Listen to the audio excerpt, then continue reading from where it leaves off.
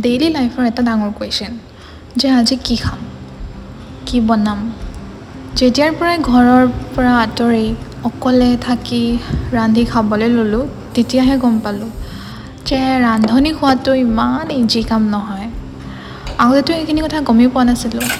Bus মায়ে বনাই দিয়ে আৰু সেইখিনিকে খাই গুচি যাওঁ কলেজ, স্কুল।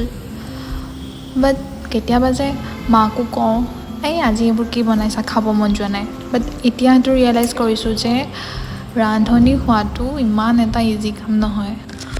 বাই দ্য ৱে, আজি মই এইটো বইল চিকেন বনাইছিলোঁ, কিয়নো ডিউটিৰ পৰা আহি একো এটা বনাব মন যোৱা নাছিলে। এইটো এটা ইজি ঝটপট হৈ যোৱা এটা ৰেচিপি হয়। ভিডিঅ'টো কেনেকুৱা পালে জনাব আৰু এয়া চাই লওক ৰিয়েকশ্যনটো। টেষ্টি হৈছে।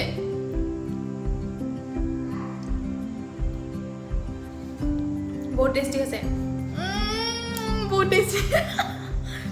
প্লিজ ট্ৰাই কৰি চাব, then let me know' in the comment box.